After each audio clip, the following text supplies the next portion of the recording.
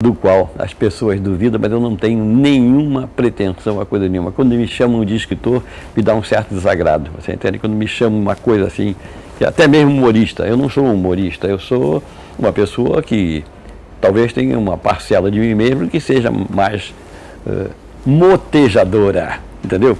Que seja mais engraçada, que seja mais crítica, mas eu não pretendo ser engraçado quando eu escrevo, eu sou engraçado porque eu sou engraçado, não é? Mas eu pretendo estar pensando sobre aquele assunto e, de uma certa maneira, conseguir analisar o assunto sobre o qual estou pensando. Mas em toda a minha vida profissional, eu fiz duas coisas sozinho. Uma delas, uns 30 anos, eu fiz uma exposição de desenhos. Eu resolvi fazer uma exposição de desenhos e fiz. E em 1963 eu sentei e disse, eu vou escrever uma peça de teatro. E escrevi uma peça de teatro e vou fazer uma declaração aqui, irritante, pretensiosa e desagradável. Não tem nenhuma peça de teatro neste país e em muitos outros tão boa quanto esta. Ela levou uns 25 anos para ser montada, e aí um dia montaram, até a montagem me disseram que não era muito ruim não, mas eu achei que não tinha nada a ver com o que eu tinha feito, nem fui ver. Todo o resto que eu fiz, todo o resto foi provocado exteriormente. Como é que se diz? Endogenamente ou exogenamente? Não é? Exogenamente, não é não? Então foi todo provocado. A Fernanda Montenegro, tudo que eu fiz para a Fernanda Montenegro, ela, vem, você vai fazer, não sei o que, eu não sei fazer. Tradução, quando eu comecei a fazer, peraí, eu não quero fazer, meu Deus do céu. Quando eu comecei a traduzir Shakespeare, você pensa que foi pretensão? Não, foi o Gene Rato que chegou aqui, disse, você vai traduzir a Megera Domada. Disse, não vou traduzir o Rato, eu não sei fazer isso. Ele veio outra vez, eu dei até o nome de uns tradutores clássicos, olha aqui, essas pessoas podem fazer, não sei. Bom, acabei fazendo. Aí entra a pretensão. Quando eu comecei a fazer e comecei a examinar tudo que tinha sido feito, eu fiquei, para dizer uma palavra chique em inglês, flabbergasted. Eu fiquei boquiaberto com o que era feito. O que é feito é uma falcatrua, uma falsificação total de tudo. Não só porque não corresponde ao original, como perde a dramaticidade, perde o humor, perde tudo. Nenhum autor, não só brasileiro não, estrangeiros que eu conheço, tradutores de Shakespeare, nenhum deles traduz sequer um trocadilho. Acho que nem sequer percebem.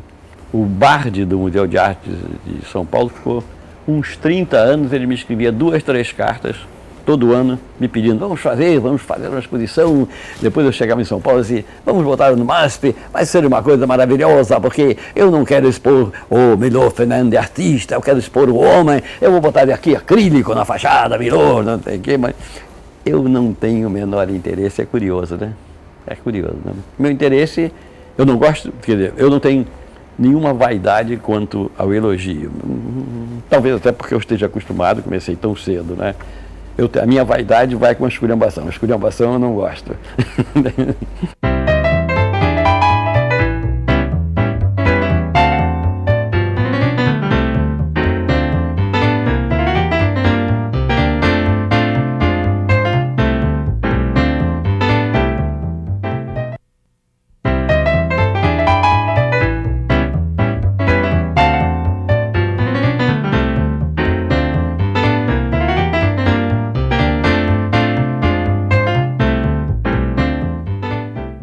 Eu acho que o mundo, ou a maioria da população do mundo, não viveria sem uma crença, não teria condições de viver sem uma crença. Tanto que os que dizem que não têm crença no sentido religioso, têm crenças, às vezes, mais profundas e mais nocivas no sentido político.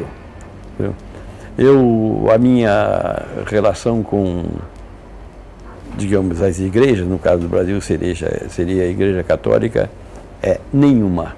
Não tenho nem mesmo raiva, nem nunca sequer, a não ser ocasionalmente, eu pensei em combater a igreja, uma ou outra, ou de esquerda ou de direita.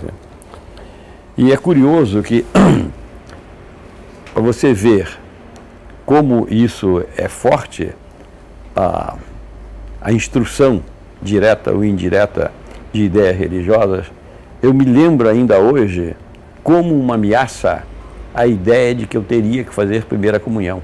Isso ficou no meu cérebro. A minha vida é muito marcada por datas. Meu pai morreu, eu tinha 1 ano, e minha mãe morreu, eu tinha 10. Portanto, foi nesse período que havia isso. E quando minha mãe morreu, aos 10 anos, eu fui ao enterro, me lembro a minha sensação, aquela coisa que naquele momento você nem percebe muito bem o que está acontecendo. Mas aí eu voltei para uma casa que eu estava morando nessa época, eu já não era o Meyer, mas eu já ia para a casa de um tio pobre, mas funcionário público, tinha uma casa modesta, tinha 2 ou 3 filhos, e eu me meti então embaixo da cama. Uma esteira embaixo da cama, e essas casas, elas eram feitas de tábua corrida, não tábua corrida granfina, aquelas tábuas corridas, sei que nesse dia me lembro que se lavava, uma sexta-feira, um sábado se lavava aquilo e aquela coisa ficava fresca no calor. Eu me deitei embaixo da cama, nessa esteira, e aí eu chorei feito um desesperado. Chorei me sentindo assim, mas por que eu não tinha? Naquela época não tinha mais pai, aparentemente não tinha mais ninguém, estava vivendo emprestado numa casa, assim, né? De repente, me veio uma tranquilidade depois de eu chorar não sei quanto tempo, ninguém nem viu isso. E me veio um sentimento que eu mais tarde defini como a paz da descrença.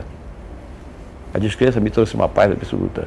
O sentimento meu a partir daí, e depois definitivamente concretizado, é que sou eu e o destino. Não tem nenhum intermediário, não há interface.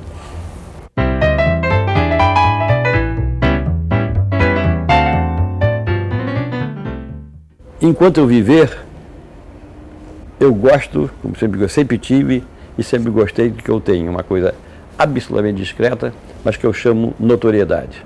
Notoriedade é muito bom, porque se eu for hoje no Pará e tiver uma reunião de 50 pessoas, eu acredito que 20 ou 30, porque será no nosso meio mesmo, 20 ou 30 me conhecerão e eu acredito que terão 10 pessoas, que haverá 10 pessoas com um grande interesse em conversar em mim, algumas me tratarão com carinho. Isso é o resultado da notoriedade e disso eu gosto muito. Tenho horror à popularidade. O simples fato de você estar me fotografando aqui para uma televisão é um negócio que me desagrada pela exposição. Porque isso vai passar, essa glória dura 15 minutos, como você sabe. Mas nesse dia que passar, eu vou encontrar umas pessoas na rua dizendo, eu te vi na televisão, e como eu tenho uma posição filosófica muito arraigada, eu sei que ele está me admirando porque me viu na televisão, não por outro motivo, não é isso?